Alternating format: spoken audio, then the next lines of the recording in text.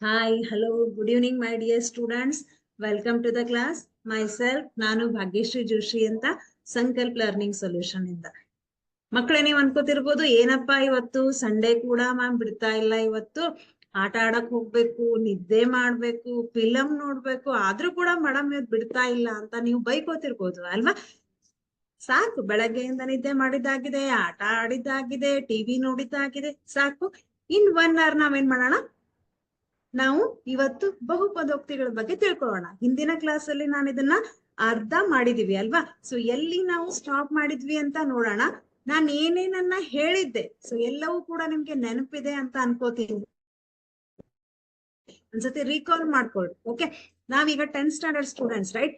ನಮ್ಗೆ ಎಲ್ಲಾ ದಿನ, ನಮ್ಗೆ ಸಂಡೇ ಬೇಡ, ರಜೆ ಬೇಡ, ಏನು ಬೇಡ, ಎಲ್ಲಾ ದಿನವೂ ಕೂಡ ನಾವು ಸ್ಟಡಿ ಮಾಡ್ಲೇಬೇಕು. That is our dedication, right?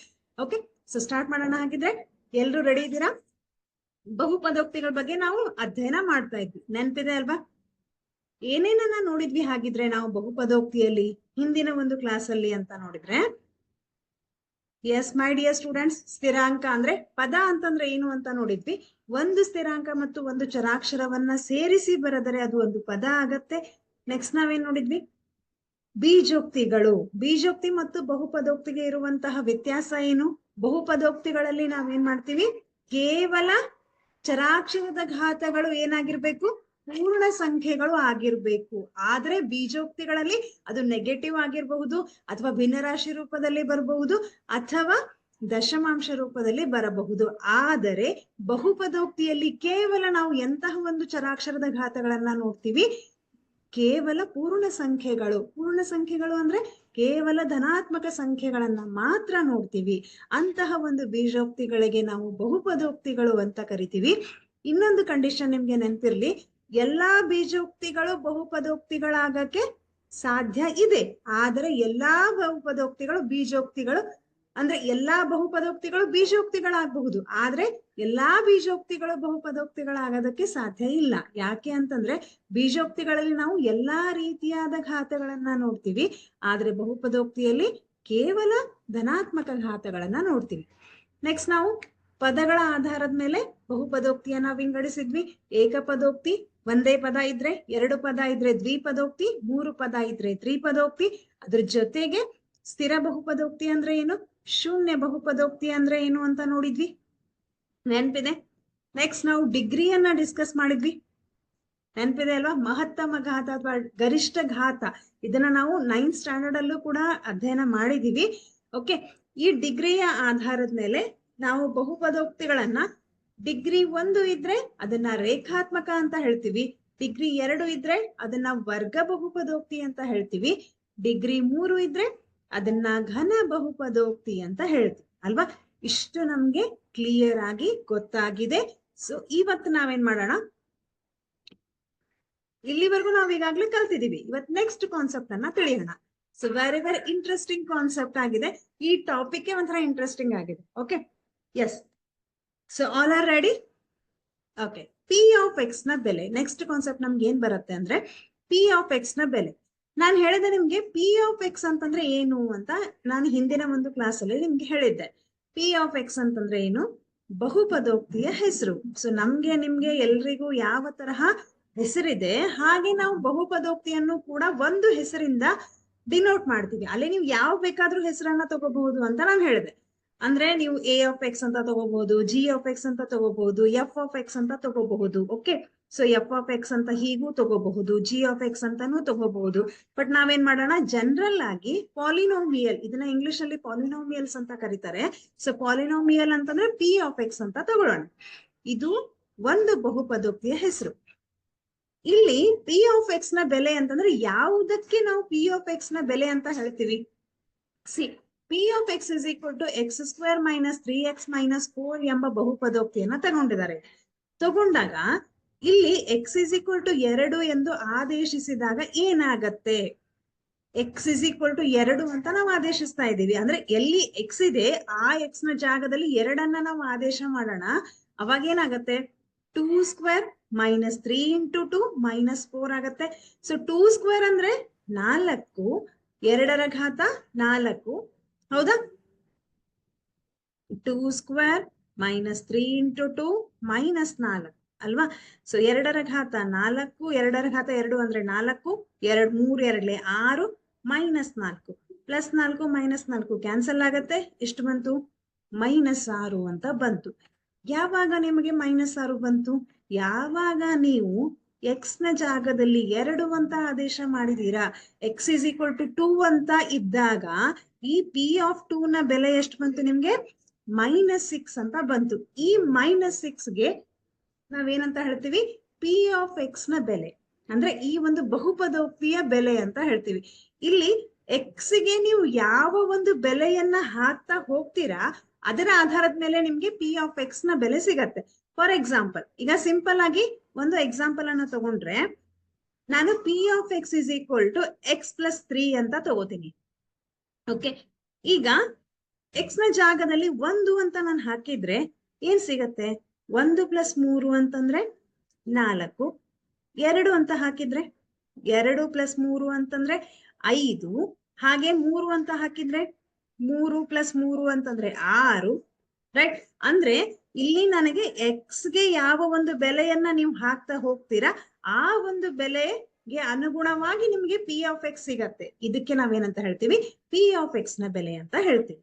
C for example, ಇಲ್ಲಿ ನಮ್ಗೆ x = 0 ಅಂತ ಹಾಕಿದ್ರೆ ನಮ್ಗೆ -4 ಬರುತ್ತೆ. ಈ ಒಂದು ವರ್ಗ ಬಹುಪದೋಕ್ತಿ, ಇಲ್ಲಿ ಗರಿಷ್ಠ ಘಾತ 2 ಇದೆ, ಹಾಗಾಗಿ ಅದು ವರ್ಗ ಬಹುಪದೋಕ್ತಿ. ಈ ವರ್ಗ ಬಹುಪದೋಕ್ತಿಯಲ್ಲಿ x = 0 ಅಂತ ಹಾಕಿದ್ದಾರೆ. x = 0 ಅಂತ ಹಾಕಿದಾಗ ನಮ್ಗೆ ಬೆಲೆ ಎಷ್ಟು ಬಂತು? -4 ಅಂತ ಬಂತು. ಇದೇ ತರಹ ನಾನೇನ್ ಮಾಡ್ತೀನಿ, ಇಲ್ಲಿ ನೀವು ಯಾವ ಬೇಕಾದ್ರೂ ಬೆಲೆ ಹಾಕ್ಬಹುದು. ಇಲ್ಲಿ ನೀವು ಬೇಕಿದ್ರೆ -1 ಹಾಕ್ಬಹುದು, ಬೇಕಿದ್ರೆ -3 ಹಾಕ್ಬಹುದು, ಬೇಕಿದ್ರೆ 100 ಹಾಕ್ಬಹುದು. ಯಾವ ಬೆಲೆ ಬೇಕಾದ್ರೂ ಹಾಕಬಹುದು. ಅದಕ್ಕೆ ಅನುಗುಣವಾಗಿ P(x) ನ ಬೆಲೆ ಬರ್ತಾ ಹೋಗುತ್ತೆ. ಇಲ್ಲಿ x ಅನ್ನ ಜನರಲ್ ಆಗಿ ನಾವ್ ಏನಂತ ಹೇಳೋಣ? P(k) ಅಂತ ಹೇಳೋಣ.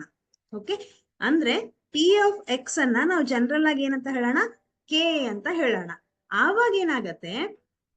P(x) ಎಂಬುದು x ನ ಬಹುಪದೋಕ್ತಿಯಾಗಿದ್ದು k ಎಂಬುದು ಯಾವುದೇ ವಾಸ್ತವ ಸಂಖ್ಯೆ ಆಗಿದ್ದರೆ, ಅಂದ್ರೆ k ಯಾವುದೇ ವಾಸ್ತವ ಸಂಖ್ಯೆ ಅಂದ್ರೆ k = ನೀವು ಯಾವುದೇ ಬೆಲೆ ಬೇಕಾದ್ರೂ ಆದೇಶ ಮಾಡ್ತಾ ಹೋಗಬಹುದು, ರೈಟ್? ಹಾಗಾದ್ರೆ P(x) ನಲ್ಲಿ x ಗೆ k ಯನ್ನು ಆದೇಶಿಸಿದಾಗ ದೊರೆಯುವ ಬೆಲೆಯನ್ನು x = k ಆದಾಗ P(x) ನ ಬೆಲೆ ಅಂತ ಹೇಳ್ತೀವಿ. ಸೊ ಸಿಂಪಲ್ ಆಗಿ ನಾವು ಡೆಫಿನೇಷನ್ ಬೇಡ ನಮ್ಗೆ, ಸಿಂಪಲ್ ಆಗಿ ನಾವು ಹೇಳೋದಾದ್ರೆ, ಇಲ್ಲಿ ನೀವು k ನ ಬೆಲೆಯನ್ನ ಏನಂತ ಆದೇಶ ಮಾಡ್ತೀರಾ? x = k ಅಂತ ತಗೊಂಡಾಗ, ಅಂದ್ರೆ x ನ ಬೆಲೆಯನ್ನ ಏನಂತ ಆದೇಶ ಮಾಡ್ತೀರಾ ಅದಕ್ಕನುಗುಣವಾಗಿ ಏನ್ ಬೆಲೆ ಬರುತ್ತೆ ಆ ಬೆಲೆಗೆ ನಾವೇನಂತ ಹೇಳೋಣ? P(x) ನ ಬೆಲೆ ಅಂತ ಹೇಳೋಣ. Understood? Okay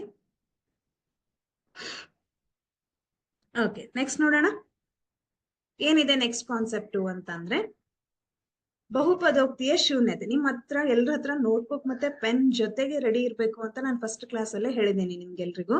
so class start ಆಗೋಕ್ಕಿಂತ ಮುಂಚೆ ನೋಟ್ಬುಕ್ ಮತ್ತೆ ಪೆನ್ ಇರ್ಬೇಕು. ಯಾಕಂತಂದ್ರೆ ಯಾವ್ದಾದ್ರು ನಿಮ್ಗೆ ಹೊಸ ಕಾನ್ಸೆಪ್ಟ್ ಬಂದಾಗ ಮತ್ತೆ ಅದಕ್ಕೆ ಸಂಬಂಧಿಸಿದ ಹಾಗೆ ಎಕ್ಸಾಂಪಲ್ಸ್ ಅನ್ನ ನಾನು ಕೊಟ್ರೆ ಅದನ್ನ ನೋಟ್ ಡೌನ್ ಮಾಡ್ತಾ ಹೋಗಿ. ಕ್ಲಾಸ್ ಮುಗಿದ ತಕ್ಷಣ ಒಂದ್ಸತಿ ರೀಕಾಲ್ ಮಾಡ್ಕೊಡ್ರಿ. ಏನ್ ಹೇಳಿದ್ರು ಮಿಸ್ ಇವತ್ತು, ಇದನ್ನೇ ಯಾಕೆ ತಗೊಂಡ್ರು, ಈ ಉದಾಹರಣೆಯಲ್ಲಿ ಏನ್ ಮಾಡಿದ್ರು ಅಂತ ಒಂದ್ಸತಿ ನಿಮ್ಗೆ ನೀವೇ ಅದನ್ನ ರಿವೈಸ್ ಮಾಡಿ, ಅವಾಗ ಪರ್ಫೆಕ್ಟ್ ಆಗ್ತೀರಾ. ಓಕೆ, ಸೊ ನೆಕ್ಸ್ಟ್ ಕಾನ್ಸೆಪ್ಟ್ ಏನು?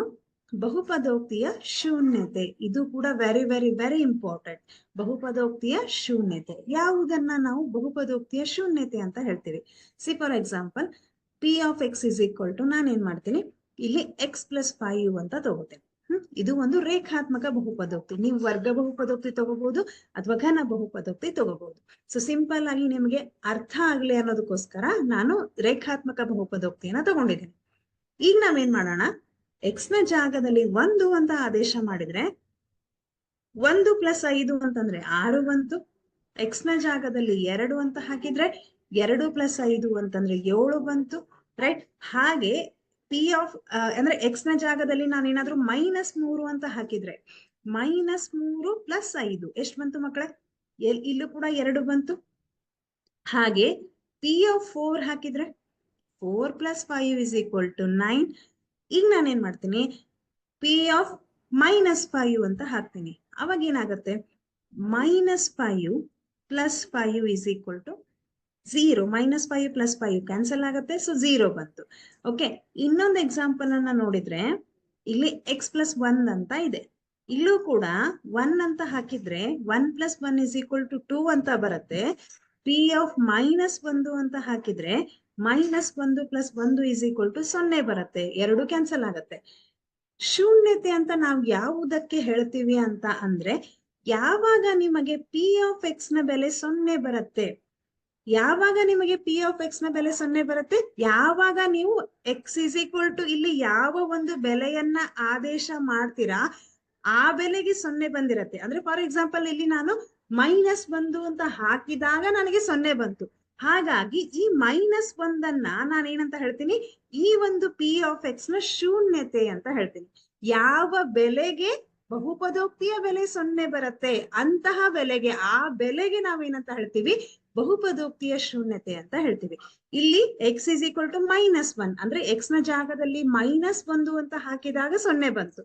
ಹಾಗಾಗಿ ಈ ಬಹುಪದೋಕ್ತಿಯ ಶೂನ್ಯತೆ ಏನಾಯ್ತು, -1 ಆಯ್ತು. ಈ ಎಕ್ಸಾಂಪಲ್ ಅಲ್ಲಿ ನೋಡಿದ್ರೆ ಯಾವ ಬೆಲೆಗೆ ನಮ್ಗೆ p ಆಫ್ x ನ ಬೆಲೆ 0 ಬಂದಿದೆ ಮಕ್ಕಳ, ಇಲ್ಲಿ -5 ಹಾಕಿದಾಗ 0 ಬಂತು.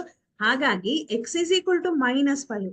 ಈ -5 ನಾವೇನಂತ ಹೇಳ್ತೀವಿ, ಬಹುಪದೋಕ್ತಿಯ ಶೂನ್ಯತೆ. ಶೂನ್ಯತೆ ಅಂದ್ರೆ ಶೂನ್ಯ ಬರ್ಬೇಕು. ಯಾವ ಬೆಲೆಯನ್ನ ಹಾಕಿದಾಗ ಶೂನ್ಯ ಬರುತ್ತೆ ಆ ಬೆಲೆಗೆ ನಾವೇನಂತ ಹೇಳ್ತೀವಿ, ಆ ಒಂದು ಬಹುಪದೋಕ್ತಿಯ ಶೂನ್ಯತೆ ಅಂತ ಹೇಳ್ತೀವಿ. ಅಂಡರ್ಸ್ಟುಡ್? ಈಸಿ ಆಗಿದೆ. Okay, very good. ಈಗ ಇನ್ನೊಂದು ವೆರಿ ವೆರಿ ಇಂಪಾರ್ಟೆಂಟ್ ಕಾನ್ಸೆಪ್ಟ್, ಬಹುಪದೋಕ್ತಿಯ ಶೂನ್ಯತೆಗಳ ರೇಖಾಗಣಿತೀಯ ಅರ್ಥ. ನಾವು ಈ ಒಂದು ಟಾಪಿಕ್ ಅಲ್ಲಿ ಮೇನ್ ಆಗಿ ಕಲಿಯೋದು ಇದೇ ಕಾನ್ಸೆಪ್ಟ್ ಅನ್ನ. ಏನಂತಂದ್ರೆ ರೇಖಾಗಣಿತೀಯ ಅರ್ಥ ಅಂದ್ರೆ ಗ್ರಾಫ್ ಅನ್ನ ಕೊಡ್ತಾರೆ, ಆ ಗ್ರಾಫ್ ಅನ್ನ ನೋಡಿ ನೀವು ಹೇಳ್ಬೇಕು ಎಷ್ಟು ಶೂನ್ಯತೆಗಳನ್ನ ಹೊಂದಿದೆ ಅಂತ. Okay, yes. ಇಲ್ಲಿ ನಿಮ್ಗೆ ಗ್ರಾಫ್ ಅನ್ನ ನೀವು ಪ್ಲಾಟ್ ಮಾಡ್ರಿ ಅಂತ ನಿಮ್ಗೆ ಯಾರು ಕೇಳಲ್ಲ. ನಿಮ್ಗೆ ಗ್ರಾಫ್ ಅನ್ನ ಪ್ಲಾಟ್ ಮಾಡಿ ಶೂನ್ಯತೆ ಹೇಳ್ರಿ ಅಂತ ಯಾರು ಕೇಳಲ್ಲ. ಗ್ರಾಫ್ ಅನ್ನ ಅವರೇ ಕೊಟ್ಟಿರ್ತಾರೆ.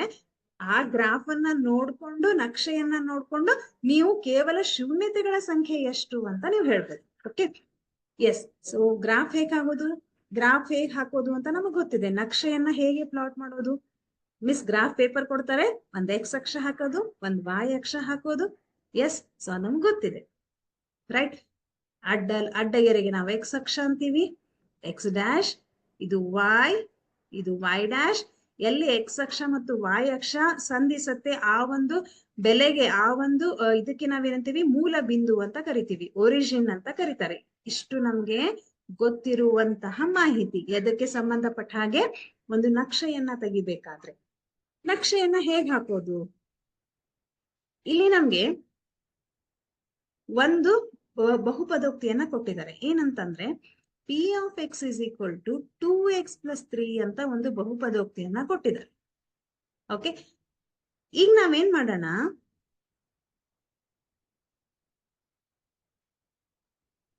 ಈ 2x + 3 ಅಂತ ಇದೆ ಅಲ್ವಾ, ಸೊ ಒಂದು ಗ್ರಾಫ್ ಅನ್ನ ಹಾಕ್ಬೇಕಾದ್ರೆ x ಅಕ್ಷ ಮತ್ತು y ಅಕ್ಷ ಇರ್ಬೇಕು. x ನ ಬೆಲೆ ಮತ್ತು y ನ ಬೆಲೆ ಎರಡೂ ನಮಗೆ ಗೊತ್ತಿರ್ಬೇಕು. ಅವಾಗ ನಾವೇನ್ ಮಾಡೋಣ, y = 2x + 3 ಅಂತ ತಗೊಳ್ಳೋಣ. ಓಕೆ, ಈಗ x ನ ಜಾಗದಲ್ಲಿ -2 ಅಥವಾ ನೀವು ಏನ್ ಬೇಕಾದ್ರೂ ಹಾಕ್ಬಹುದು. x ನ ಜಾಗದಲ್ಲಿ 1 ಅಂತ ಹಾಕಿದ್ರೆ ಏನ್ ಬರುತ್ತೆ, y ನ ಬೆಲೆ 2 ಅಂತೆ. 2 + 3 ಅಂತಂದ್ರೆ 5 ಬರುತ್ತೆ. ಓಕೆ, ಸೊ ಇಲ್ಲಿ ಎಷ್ಟು ಹಾಕಿದೀವಿ, -2 ಅಂತ ಹಾಕಿದೀವಿ. ಸೊ y = x = -2 ಅಂತ ಹಾಕಿದ್ರೆ ನಮ್ಗೆ y ನ ಬೆಲೆ ಎಷ್ಟು ಬರುತ್ತೆ ಮಕ್ಕಳೇ, -4 + 3. -4 + 3 ಅಂತಂದ್ರೆ -1. -4ರಲ್ಲಿ 3 ಕಳೆದ್ರೆ -1 ಬರುತ್ತೆ. ಅಂದ್ರೆ x ನ ಬೆಲೆ -2 ಆದಾಗ y ನ ಬೆಲೆ -1. ಗ್ರಾಫ್ ಹೇಗ್ ಹಾಕೋದು ನಮಗ್ ಗೊತ್ತಿದೆ ಆಲ್ರೆಡಿ, ರೈಟ್? ಓಕೆ, ನೆಕ್ಸ್ಟ್ ಈಗ x = 2 ಅಂತ ಹಾಕೋಣ. x = 2 ಅಂತಂದ್ರೆ x ನ ಜಾಗದಲ್ಲಿ 2 ಅಂತ ಹಾಕಿದ್ರೆ ಏನ್ ಬರುತ್ತೆ ನಿಮ್ಗೆ ನೋಡೋಣ. 2 2 4, 4 + 3 ಮಾಡಿದ್ರೆ 7 ಬರುತ್ತೆ. ಓಕೆ, ಇಲ್ಲಿ 2 ಹಾಕಿದ್ರೆ 7 ಬರುತ್ತೆ. 1 ಹಾಕಿದ್ರೆ ನೀವು ಎಷ್ಟು ಬೇಕಾದ್ರೂ ಬೆಲೆಯನ್ನ ತಗೋಬಹುದು, ಮಿನಿಮಮ್ 2. ಅದಕ್ಕೆ ನಾನು ಹೇಳಿದೆ, ಇಲ್ಲಿ ಯಾರು ನಿಮ್ಗೆ ಗ್ರಾಫ್ ಅನ್ನ ಪ್ಲಾಟ್ ಮಾಡೋದಕ್ಕೆ ಕೇಳಲ್ಲ. ಓಕೆ, ಗ್ರಾಫ್ ಅನ್ನ ಡೈರೆಕ್ಟ್ ಆಗಿನೇ ಕೊಡ್ತಾರೆ. ಜಸ್ಟ್ ನಿಮ್ಗೆ ಗೊತ್ತಿರ್ಲಿ ಯಾವ ರೀತಿ ಗ್ರಾಫ್ ಅನ್ನ ನಾವು ಹಾಕ್ಬೇಕು ಅಂತ ಗೊತ್ತಿರ್ಲಿ ಅನ್ನೋದಕ್ಕೋಸ್ಕರ ಇದನ್ನ ತೋರಿಸಿದೆ ನಿಮ್ಗೆ. ಓಕೆ, ಈಗ ನಾವು ನಕ್ಷೆಗೆ ಬಂದ್ರೆ, ನಕ್ಷೆಗೆ ಬಂದಾಗ ನಮ್ಗೆ ನಾನು ಹೇಳಿದ ಹಾಗೆ ಎಕ್ಸ್ ಅಕ್ಷ ಇರತ್ತೆ, ವಾಯ್ ಅಕ್ಷ ಇರತ್ತೆ, ಹಾಗೆ ಇದು ಎಕ್ಸ್ ಡ್ಯಾಶ್, ಇದು ವೈ ಡ್ಯಾಶ್.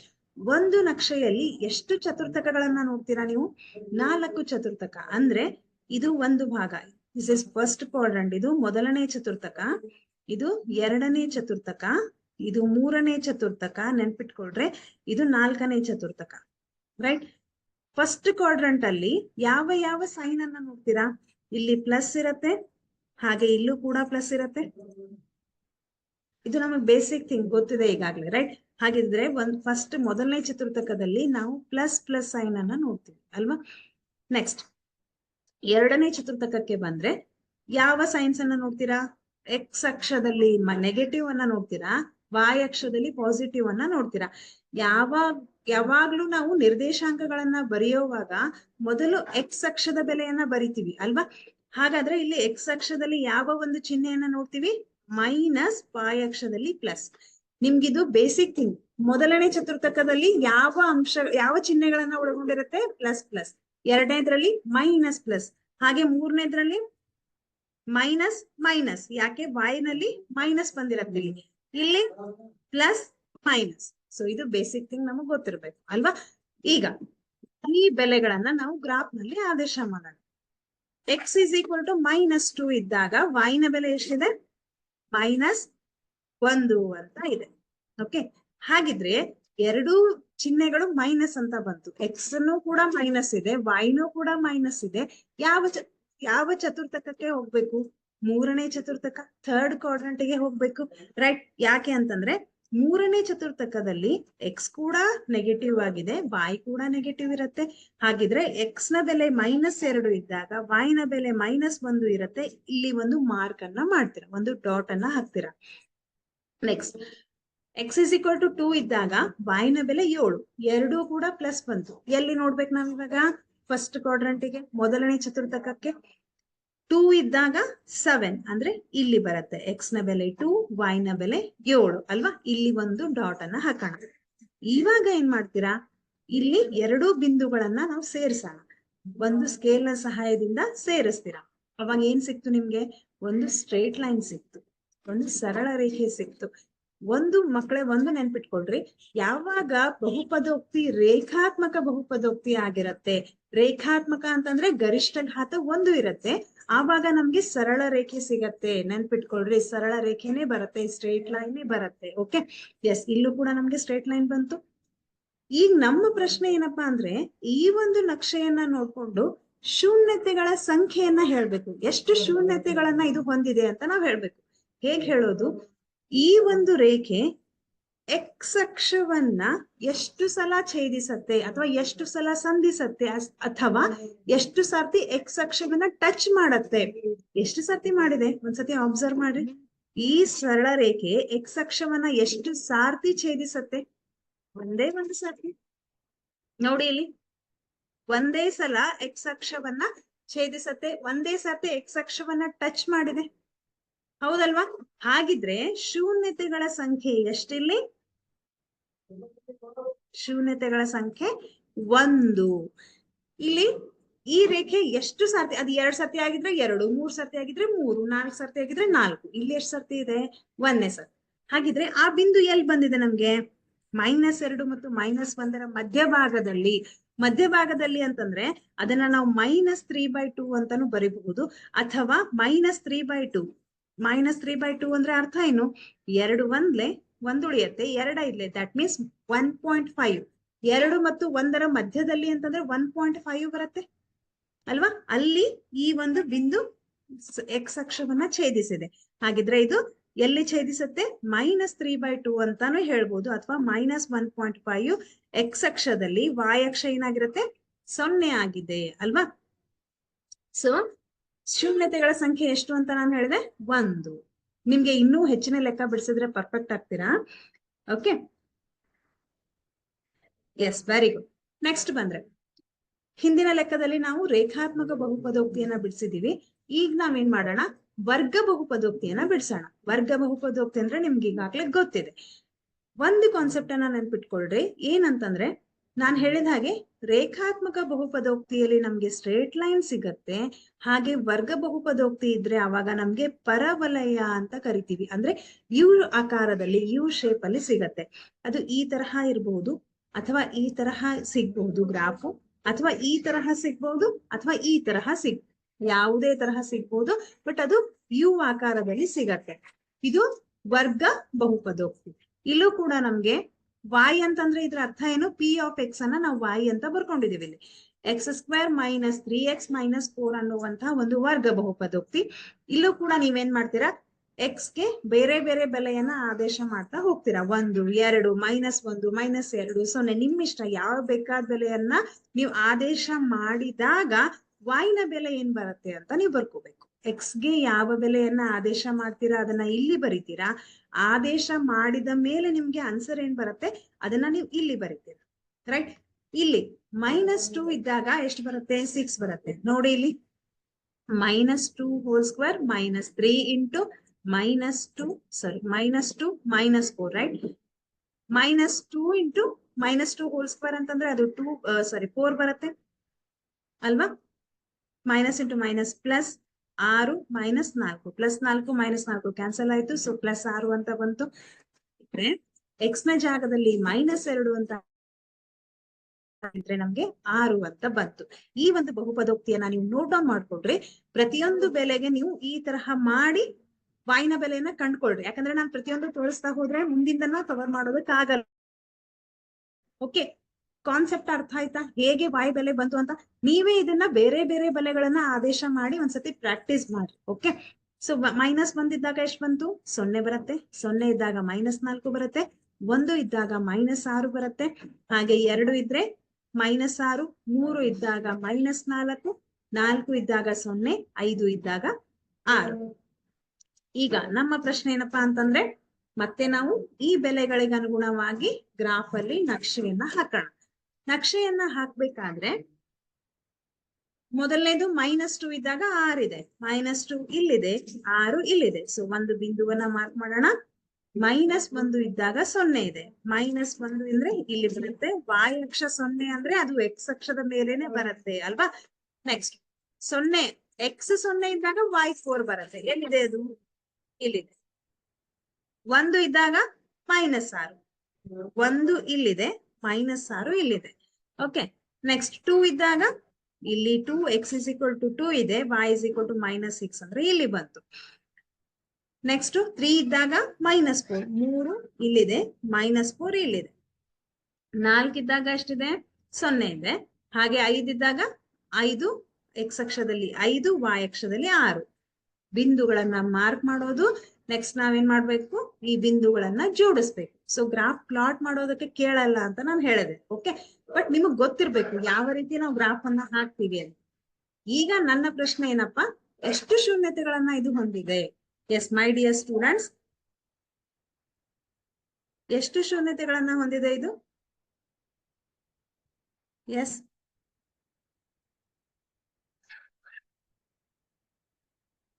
ಎಷ್ಟು ಶೂನ್ಯತೆಗಳನ್ನ ಹೊಂದಿದೆ ಇದು? ಎಸ್, ಎಷ್ಟು ಸಾರ್ತಿ ಎಕ್ಸ್ ಅಕ್ಷವನ್ನ ಇದು ಟಚ್ ಮಾಡುತ್ತೆ? ಎಷ್ಟು ಸಾರ್ತಿ ಇದು ಎಕ್ಸ್ ಅಕ್ಷವನ್ನ ಟಚ್ ಮಾಡುತ್ತೆ? 2 ಸಾರ್ತಿ ಅಲ್ವಾ. ನೋಡಿ ಇಲ್ಲಿ ಈ ಒಂದು ಬಿಂದು, ಈ ಒಂದು ಬಿಂದು, ನಾನು ಇದನ್ನ ಎ ಅಂತ ಕರಿತೀನಿ, ಇದನ್ನ A' ಅಂತ ಕರಿತೀನಿ. ಸೊ 2 ಬಿಂದುವಿನಲ್ಲಿ ಎಕ್ಸ್ ಅಕ್ಷವನ್ನ ಇದು ಟಚ್ ಮಾಡುತ್ತೆ, ಛೇದಿಸುತ್ತೆ. ಹಾಗಿದ್ರೆ ಶೂನ್ಯತೆಗಳ ಸಂಖ್ಯೆ ಎಷ್ಟಾಯ್ತು ನಮ್ಗಿಲ್ಲಿ? 2. ಓಕೆ, ಇದು ವರ್ಗ ಬಹುಪದೋಕ್ತಿ ಇದ್ರೆ. ಇಲ್ಲಿ ನಾವು ಕೆಲವೊಂದು ಪ್ರಕರಣಗಳನ್ನ ನೋಡೋಣ, ಕೇಸಸ್ ಅನ್ನ ನೋಡೋಣ. ಓಕೆ, ಇಲ್ಲಿ ಈ ತರಹ ನಿಮ್ಮ ಗ್ರಾಫ್ ಬಂದ್ರೆ 2 ಪ್ರತ್ಯೇಕ ಬಿಂದುಗಳಾದ ಎ ಮತ್ತು A', ಇದನ್ನ ನಾವು ಎ ಅಂತ ಕರೆಯೋಣ, ಇದನ್ನ A' ಅಂತ ಕರೆಯೋಣ. ಓಕೆ, ಗಳಲ್ಲಿ ಛೇದಿಸತ್ತೆ. ಈ ಪ್ರಕರಣದಲ್ಲಿ ಎ ಮತ್ತು A' ಎಕ್ಸ್ ಅಕ್ಷದ ಎಕ್ಸ್ ನ ನಿರ್ದೇಶಾಂಕಗಳು ವರ್ಗ ಬಹುಪದೋಕ್ತಿ ax² + bx + c ಯ 2 ಶೂನ್ಯತೆಗಳಾಗಿವೆ. ax² + bx + c ಅಂತಂದ್ರೆ ಏನು? ಇದು ವರ್ಗ ಬಹುಪದೋಕ್ತಿಯ ಸಾಮಾನ್ಯ ರೂಪ ಅಲ್ವಾ, ನಮಗ್ ನೆನಪಿದೆ. ಓಕೆ, ಹಾಗಿದ್ರೆ ಇದು ಎಕ್ಸ್ ಅಕ್ಷವನ್ನ ಎಷ್ಟು ಬಿಂದುಗಳಲ್ಲಿ ಛೇದಿಸಿತು? 2 ಬಿಂದುಗಳಲ್ಲಿ. ಹಾಗಿದ್ರೆ ಇಲ್ಲಿ ಶೂನ್ಯತೆಗಳ ಸಂಖ್ಯೆ ಎಷ್ಟಾಯ್ತು ಮಕ್ಕಳೇ? 2. ಓಕೆ, ಇಲ್ಲಿ ನೋಡಿದ್ರೆ ಇಲ್ಲೂ ಕೂಡ ನಮ್ಗೆ 2 ಬಿಂದುಗಳಲ್ಲಿ ಛೇದಿಸಿದೆ, ಹಾಗಾಗಿ ಇಲ್ಲೂ ಕೂಡ ಶೂನ್ಯತೆಗಳ ಸಂಖ್ಯೆ 2. ನೆಕ್ಸ್ಟ್, ಈ ತರಹನೂ ಗ್ರಾಫ್ ಬರ್ಬಹುದು, ಈ ತರಹನೂ ಗ್ರಾಫ್ ಬರ್ಬಹುದು. ಇಲ್ಲಿ ನಮ್ಗೆ ಎಷ್ಟು ಬಿಂದುಗಳಲ್ಲಿ ಎಕ್ಸ್ ಅಕ್ಷವನ್ನ ಛೇದಿಸದೆ ಒಂದ್ಸತಿ ಗಮನ ಇಟ್ಟು ನೋಡಿ, ನನಗೆ ಆನ್ಸರ್ ಮಾಡಿ. Okay, yes. ಸೊ ಮಕ್ಕಳು ಕೆಲವೊಬ್ರು ಪರ್ಸನಲ್ ಚಾಟ್ ಮಾಡ್ತಿದ್ದಾರೆ, ಬಹಳ ಬಿಸಿ ಇದಾರೆ ಪಾಪ, ಅವರು ಪರ್ಸನಲ್ ಚಾಟ್ ಮಾಡ್ತಾ ಇದ್ದಾರೆ. ಓಕೆ, ಜಾನು,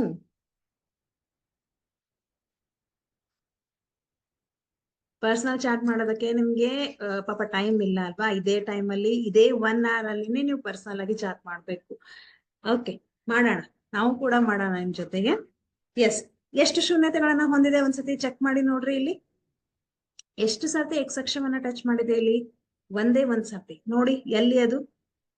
ಇಲ್ಲಿ ನೋಡಿದ್ರೆ ಒಂದೇ ಬಿಂದುವಿನಲ್ಲಿ ಎಕ್ಸ್ ಅಕ್ಷವನ್ನ ಟಚ್ ಮಾಡುತ್ತೆ, ಇಲ್ಲೂ ಕೂಡ ಒಂದೇ ಬಿಂದುವಿನಲ್ಲಿ ಎಕ್ಸ್ ಅಕ್ಷವನ್ನ ಟಚ್ ಮಾಡುತ್ತೆ. ಹಾಗಿದ್ರೆ ಶೂನ್ಯತೆಗಳ ಸಂಖ್ಯೆ ಎಷ್ಟಾಯ್ತು ಮಕ್ಕಳ? ಇಲ್ಲಿ 1, ಇದು ಕೂಡ 1. ಇದು ಡೆಫಿನೆಟ್ ಆಗಿ ನಿಮ್ಗೆ 1 ಅಂಕದಲ್ಲಿ ಕೇಳುವಂತಹ ಪ್ರಶ್ನೆ ಕೇಳ್ತಾರೆ. ಓಕೆ, ಇಲ್ಲಿ ಎಕ್ಸ್ ಅಕ್ಷವನ್ನ ನಿಖರವಾಗಿ ಒಂದು ಬಿಂದುವಿನಲ್ಲಿ ಛೇದಿಸುತ್ತೆ, ಅಂದರೆ ಪರಸ್ಪರ ಐಕ್ಯವಾಗುವ 2 ಬಿಂದುಗಳು. ಆದ್ದರಿಂದ ಪ್ರಕರಣ 1ರ 2 ಬಿಂದುಗಳಾದ ಎ ಮತ್ತು ಎ ಡ್ಯಾಶ್ಗಳು ಇಲ್ಲಿ ಏನಾಗಿದೆ? ಪರಸ್ಪರ ಐಕ್ಯ ಆಗಿದೆ. ಸೊ ನಾವಲ್ಲಿ ನೋಡಿದ್ವಿ, ಯು ಶೇಪ್ ಅಲ್ಲಿ ಬಂದ್ರೆ ಅದು ವರ್ಗ ಬಹುಪದೋಕ್ತಿನೇ ಆಗಿರತ್ತೆ. ನಾವೇನಂತ ಹೇಳ್ತೀವಿ? ವರ್ಗ ಬಹುಪದೋಕ್ತಿಗೆ ಎಷ್ಟು ಶೂನ್ಯತೆಗಳಿದೆ ಅಂತ ಹೇಳಿದ್ರೆ, ನಿಮ್ಗೆ ಇನ್ನೊಂದು ಹೇಳ್ಬೇಕು, ನೆನ್ಪಿಟ್ಕೊಳ್ರಿ. ರೇಖಾತ್ಮಕ ಬಹುಪದೋಕ್ತಿಗೆ 1 ಶೂನ್ಯತೆ ಇರತ್ತೆ, ವರ್ಗ ಬಹುಪದೋಕ್ತಿಗೆ 2 ಶೂನ್ಯತೆಗಳಿರತ್ತೆ, ಘನ ಬಹುಪದೋಕ್ತಿಗೆ 3 ಶೂನ್ಯತೆಗಳು ಇರತ್ತೆ. ಹಾಗೆ n ಬಹುಪದೋಕ್ತಿ ಇದ್ರೆ ನಮ್ಗೆ n ನಂಬರ್ ಆಫ್ ಝೀರೋಸ್ ಇರತ್ತೆ, ಅಂದ್ರೆ n ಶೂನ್ಯತೆಗಳನ್ನ ಅದು ಹೊಂದಿರತ್ತೆ. ರೈಟ್, ಇಲ್ಲಿ ನಾವೇನಂತ ಹೇಳ್ತೀವಿ? ಇದು ಕೂಡ ವರ್ಗ ಬಹುಪದೋಕ್ತಿನೇ. ನೀವು ಕೇಳಬಹುದು, ಮಿಸ್ ವರ್ಗ ಬಹುಪದೋಕ್ತಿಗೆ 2 ಶೂನ್ಯತೆಗಳು ಅಂತ ಹೇಳಿದ್ರಿ, ಬಟ್ ನಮ್ಗಿಲ್ಲಿ ಒಂದೇ ಶೂನ್ಯತೆ ಅಂತ ಕಾಣಿಸ್ತಾ ಇದೆ. ಯಾಕೆ? ಒಂದೇ ಬಿಂದುವಿನಲ್ಲಿ ನಿಖರವಾಗಿ ಅದು ಸಂಧಿಸತ್ತೆ, ಛೇದಿಸತ್ತೆ. ಹಾಗಾಗಿ ನಾವೇನಂತ ಹೇಳ್ತೀವಿ? Here it has only 1 0. But A ಮತ್ತು ಎ ಡ್ಯಾಶ್ ಅಂತ ನಾವು ತಗೊಂಡ್ರೆ 2 ಬಿಂದುಗಳ ಎಲ್ಲಿ ಹೋಯ್ತು? ಪರಸ್ಪರ ಐಕ್ಯವಾಗಿದೆ ಅಂತ ನಾವು ಹೇಳ್ತೀವಿ. ಏನಂತ ಹೇಳ್ತೀವಿ? ಪರಸ್ಪರ ಐಕ್ಯವಾಗಿದೆ. ಓಕೆ,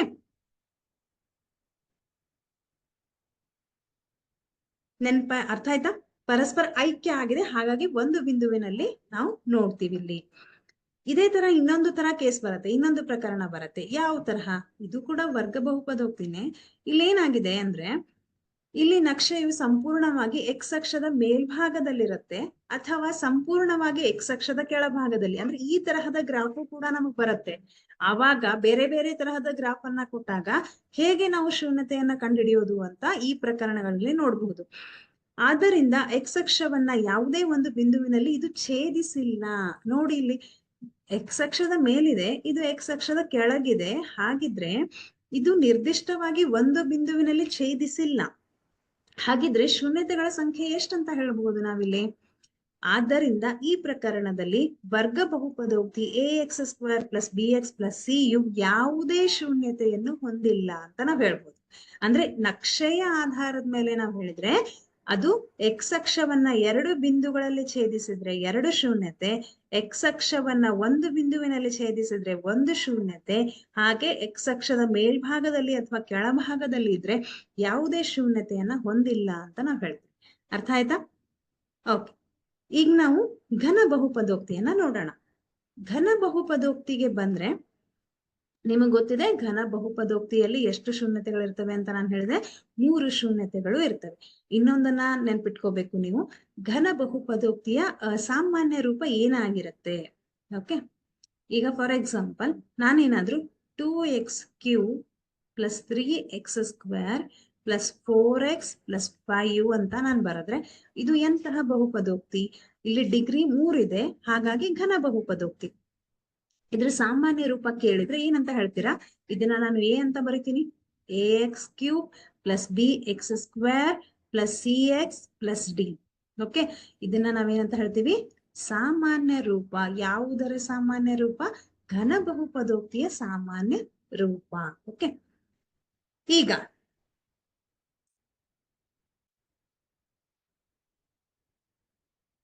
ಈಗ ಇಲ್ಲಿ y is equal to X cube minus 4x ಅಂತ ಇದೆ. ಅಂದ್ರೆ ಇದು ಕೂಡ ಒಂದು ಘನ ಬಹುಪದೋಕ್ತಿ. ಈಗ ನಾವೇನ್ ಮಾಡೋಣ, ಇದಕ್ಕೆ ಒಂದು ನಕ್ಷೆಯನ್ನ ಹಾಕೋಣ. ಹೇಗೆ ನಕ್ಷೆ ಹಾಕೋದು ಅದು ನಿಮಗೆ ಗೊತ್ತಿದೆ. ಅಂದ್ರೆ ಎಕ್ಸ್ ನ ಬೆಲೆಯನ್ನ ನಾವು ಏನ್ ಬೇಕಾದ್ರೂ ತಗೋಬಹುದು. 0, 1, 2, -1, -2, 3 ಈ ತರ ತಗೊಂಡು ನಾವು y ನ ಬೆಲೆಯನ್ನ ಕಂಡು ಹಿಡಿತೀವಿ. ಅದನ್ನ ನಕ್ಷೆಯಲ್ಲಿ ಹಾಕಿದ್ರೆ ನಮಗೆ ಯಾವ ರೀತಿಯಾದ ಒಂದು ಗ್ರಾಫ್ ಸಿಗತ್ತೆ, ನಕ್ಷೆ ಸಿಗತ್ತೆ ಅಂತಂದ್ರೆ ನಿಮ್ಗೆ ಈ ತರಹದ ಒಂದು ನಕ್ಷೆ ಸಿಗತ್ತೆ. ಓಕೆ, ನೆನ್ಪಿಟ್ಕೊಳ್ರಿ. ವರ್ಗ ಬಹುಪದೋಕ್ತಿಯಲ್ಲಿ ನಮ್ಗೆ ಹೇಗ್ ಸಿಕ್ಕಿತ್ತು, ವರ್ಗ ಬಹುಪದೋಕ್ತಿಯಲ್ಲಿ ನಮ್ಗೆ ಈ ತರಹದ ಒಂದು ನಕ್ಷೆ ಸಿಕ್ಕಿತ್ತು. ಹೌದಾ, ಬೇರೆ ಬೇರೆ ತರಹದ ನಕ್ಷೆಗಳು ಸಿಕ್ಕಿತ್ತು. ಬಟ್ ಅದು ಹೇಗಿತ್ತು, ಈ ತರಹ, ಈ ತರಹ, ಈ ತರಹ, ಈ ತರಹ ಅಂತ ನಾನು ಹೇಳಿದೆ. ಘನ ಬಹುಪದೋಕ್ತಿ ಅಂದ್ರೆ ನಮ್ಗೆ ಈ ತರಹದ ಒಂದು ನಕ್ಷೆ ಸಿಗತ್ತೆ. ಹಾಗಿದ್ರೆ ಇಲ್ಲಿ ಎಷ್ಟು ಶೂನ್ಯತೆಗಳನ್ನ ಹೊಂದಿದೆ ಮಕ್ಕಳೇ ಇದು? Yes Rachu, how many zeros it has? So ಇವತ್ತು ಯಾಕೋ ಪಾಪ ರಚ್ಚುನಿಂದ ಬಹಳ ಜನ ಕೇಳ್ತಾ ಇದ್ದೀರಾ, ಎಷ್ಟಿದೆ? ಯಾರಿಗೆ ಡಿಸ್ಟರ್ಬ್ ಆಗ್ತಿದೆ ಅಂದ್ರೆ, ಯಾರಿಗೆ ಪರ್ಸನಲ್ ಮೆಸೇಜ್ ಮಾಡ್ಬೇಕು ಅಥವಾ ಈ ಟಾಪಿಕ್ ಬೇಡ ಅಂತಂದ್ರೆ ನೀವೇನ್ ಮಾಡ್ಬೋದು, ಬೇರೆ ಎಕ್ಸಾಂಪಲ್ಸ್ ಅನ್ನ ತಗೊಂಡು ಟ್ರೈ ಮಾಡ್ತಾ ಕೂತ್ಕೊಳ್ರಿ. ಸೊ ನಿಮ್ ತಲೆಗೆ ಹೊಸದನ್ನ ಕಲ್ತಾಗೂ ಆಗತ್ತೆ.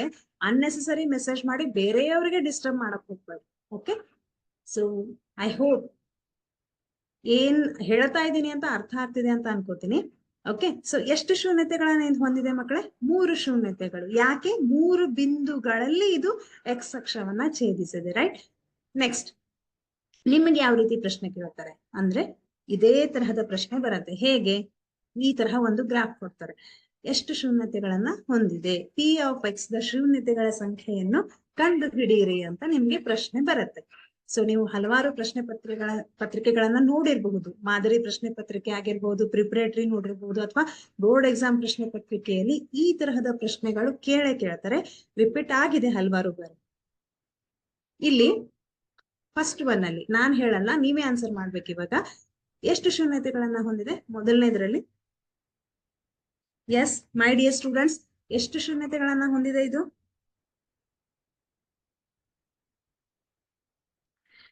ಇಲ್ಲಿ ನಮ್ಗೆ ನಮ್ ತಲೆಯಲ್ಲಿರ್ಬೇಕು, ಎಕ್ಸ್ ಅಕ್ಷವನ್ನ ಮಾತ್ರ ನೋಡ್ರಿ. ಎಕ್ಸ್ ಅಕ್ಷವನ್ನ ನೋಡಿದಾಗ ಎಷ್ಟು ಸಲ ಅದು ಎಕ್ಸ್ ಅಕ್ಷವನ್ನ ಛೇದಿಸಿದೆ? Yes my dear students, observe carefully. How many times it is touching x axis? ಎಷ್ಟು ಸಾರ್ತಿ ಅದು ಎಕ್ಸ್ ಅಕ್ಷವನ್ನ ಛೇದಿಸತ್ತೆ? Only one time. Yes or no? ಒಂದೇ ಸಾರ್ತಿ ನೋಡಿ ಬೇಕಿದ್ರಲ್ಲಿ. ಈ ಮೊದಲನೇ ಒಂದು ಕೇಸಲ್ಲಿ ಎಷ್ಟು ಸರ್ತಿ ಅದು ಎಕ್ಸ್ ಅಕ್ಷವನ್ನ ಛೇದಿಸಿದೆ? Only one time. ಹಾಗಿದ್ರೆ ಶೂನ್ಯತೆಗಳ ಸಂಖ್ಯೆ ಎಷ್ಟು ಇಲ್ಲಿ? 1. ರೈಟ್. ನೆಕ್ಸ್ಟ್ ಬಂದ್ರೆ ನೋಡಿದ ತಕ್ಷಣ ಹೇಳ್ಬೋದು ಎಷ್ಟು? Yes yes, very good. Second one, very good students, very fine answers. ಎಷ್ಟು ಇದೆ ಸೆಕೆಂಡ್ ಒನ್ ಅಲ್ಲಿ? 2 ಇದೆ ಅಲ್ವಾ? So 2, very good. ಥರ್ಡ್ ಅಲ್ಲಿ? ಎಸ್, ಥರ್ಡ್ ಅಲ್ಲಿ ನಮ್ಗೆ ಎಷ್ಟು ಶೂನ್ಯತೆಗಳು ಸಿಗತ್ತೆ? 1, 2, 3 ಶೂನ್ಯತೆಗಳು. 3 ಸಾರ್ತಿ ಎಕ್ಸ್ ಅಕ್ಷವನ್ನ ಅದು ಟಚ್ ಮಾಡತ್ತೆ. ರೈಟ್. ಸೊ 3 ಶೂನ್ಯತೆಗಳು. ಇಲ್ಲಿ ಒಂದೇ ಒಂದು ಸಾರಿ. ವಾಯ್ ಅಕ್ಷ ನೋಡ್ಬೇಡ್ರಿ, ಕೇವಲ ಎಕ್ಸ್ ಅಕ್ಷವನ್ನ ಮಾತ್ರ ನೋಡಿ ಅಂತ ನಾನು ಹೇಳಿದೆ. ಹಾಗಿದ್ರೆ ಎಕ್ಸ್ ಅಕ್ಷವನ್ನ ಎಷ್ಟು ಸರ್ತಿ ಇದು ಛೇದಿಸಿದೆ? ಒಂದೇ ಸಾರ್ತಿ ಅಲ್ವಾ? ಓಕೆ, ನೆಕ್ಸ್ಟ್ ಇಲ್ಲಿ ಇದು ಕೂಡ ಒಂದು ವರ್ಗ ಬಹುಪದೋಕ್ತಿ. ಇದನ್ನ ನಾವು ಆಗ್ಲೇ ಡಿಸ್ಕಸ್ ಮಾಡಿದೀವಿ. ಎಷ್ಟು ಶೂನ್ಯತೆಗಳನ್ನ ಹೊಂದಿದೆ ಇದು? Yes my dear students, how many zeros it has? Only 1 0, because only one time it intersecting X axis. Right. Next ಇಲ್ಲಿ 1, 2, 3, 4 ಬಾರಿ. ನಿಮ್ ಗ್ರಾಫ್ ಯಾವ ತರಾನು ಕೊಡ್ಬೋದು. ಕೆಲವೊಂದ್ಸತಿ 6 ಸತಿ ಟಚ್ ಮಾಡಿರತ್ತೆ, 6 ಅಂತ ಹೇಳ್ಬೇಕು. 5 ಸತಿ ಟಚ್ ಮಾಡಿದ್ರೆ 5 ಅಂತ ಹೇಳ್ಬೇಕು. 4 ಮಾಡಿದ್ರೆ 4. ಓಕೆ, ಸೊ ಇಲ್ಲಿ 1 2 3 4 4. ಕೆಲವೊಂದ್ಸತಿ ಏನಾಗತ್ತೆ, ನಿಮ್ಗೆ ಯಾವುದೇ ಶೂನ್ಯತೆಯನ್ನ ಹೊಂದಿಲ್ಲ ಅಂತಾನು ಬರುತ್ತೆ. ಯಾಕೆ? ಎಕ್ಸ್ ಅಕ್ಷದ ಮೇಲ್ಭಾಗದಲ್ಲಿರತ್ತೆ ಅಥವಾ ಕೆಳಭಾಗದಲ್ಲಿರತ್ತೆ ಅಥವಾ ಈ ತರಹ ಅಂತ ಬರುತ್ತೆ. ಇದು ನಮ್ಗೆ ಅಭ್ಯಾಸದಲ್ಲಿ ಇರುವಂತಹ ಪ್ರಶ್ನೆ. ಇಲ್ಲಿ ನೋಡ್ರಿ, ಪಿ ಆಫ್ ಎಕ್ಸ್ ದ ನಕ್ಷೆಗಳನ್ನು ಕೆಳಗೆ ನೀಡಲಾಗಿದ್ದು ಇಲ್ಲಿ ಪಿ ಆಫ್ ಎಕ್ಸ್ ಎಂಬುದು ಬಹುಪದೋಕ್ತಿಯಾಗಿದೆ. ಪ್ರತಿ ಸಂದರ್ಭದಲ್ಲೂ ಪಿ ಆಫ್ ಎಕ್ಸ್ ದ ಶೂನ್ಯತೆಗಳ ಸಂಖ್ಯೆಯನ್ನು ಕಂಡುಹಿಡಿಯಿರಿ ಅಂತ ಹೇಳಿದ್ದಾರೆ.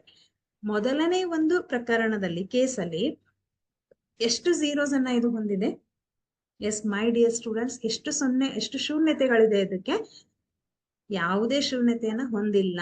ಯಾಕೆ ಯಾಕೆ ಅಂತಂದ್ರೆ ಅದು ಎಕ್ಸ್ ಅಕ್ಷವನ್ನ ಸಂಧಿಸಿಲ್ಲ, ಟಚ್ ಮಾಡಿಲ್ಲ. ರೈಟ್, ಇಲ್ಲಿ ನೀವೇನಂತ ಬರಿಬೇಕು, ಯಾವುದೇ ಶೂನ್ಯತೆಯನ್ನ ಹೊಂದಿಲ್ಲ ಅಂತಾನೆ ಬರಿಬೇಕು.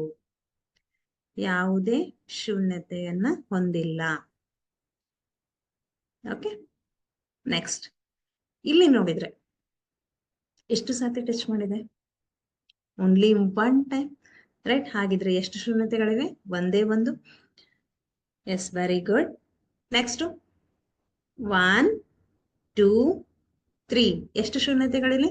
3 ಶೂನ್ಯತೆಗಳು. ಸೊ ಚಿಕ್ಕ ಮಕ್ಕಳು ಕೂಡ ಗ್ರಾಫ್ ನೋಡಿದ ತಕ್ಷಣ ಹೇಳ್ಕೊಟ್ಟು ಹೇಳ್ತಾರೆ, ಹೌದಾ? ಅಷ್ಟು ಈಸಿ ಆಗಿರುವಂತಹ ಪ್ರಶ್ನೆ ಇದು. ನೆಕ್ಸ್ಟ್ 1 2. ಎಷ್ಟು ಶೂನ್ಯತೆಗಳನ್ನ ಹೊಂದಿದೆ ಇದು? 2 ಶೂನ್ಯತೆಗಳು. ರೈಟ್, ಇಲ್ಲಿ 1 2 3 4 ಶೂನ್ಯತೆಗಳನ್ನ ಇದು ಹೊಂದಿದೆ. Okay, next 1 2 3. ಎಷ್ಟು ಶೂನ್ಯತೆಗಳನ್ನ ಹೊಂದಿದೆ ಮಕ್ಕಳ? ಇಲ್ಲಿ 3 ಶೂನ್ಯತೆಗಳನ್ನ ಹೊಂದಿದೆ. ಅಂಡರ್ಸ್ಟೂಡ್? ಏನಾದ್ರೂ ಡೌಟ್ ಇದೆನಾ? ಯಾರಿಗಾದ್ರೂ ಇದ್ರಲ್ಲಿ ಡೌಟ್ ಇದ್ರೆ ಒಂದ್ಸತಿ ಕೇಳ್ರಿ, ನಾನು ಇನ್ನೊಂದ್ಸತಿ ಎಕ್ಸ್ಪ್ಲೈನ್ ಮಾಡಿ ನೆಕ್ಸ್ಟ್ ಕಾನ್ಸೆಪ್ಟಿಗೆ ಹೋಗೋಣ. Okay,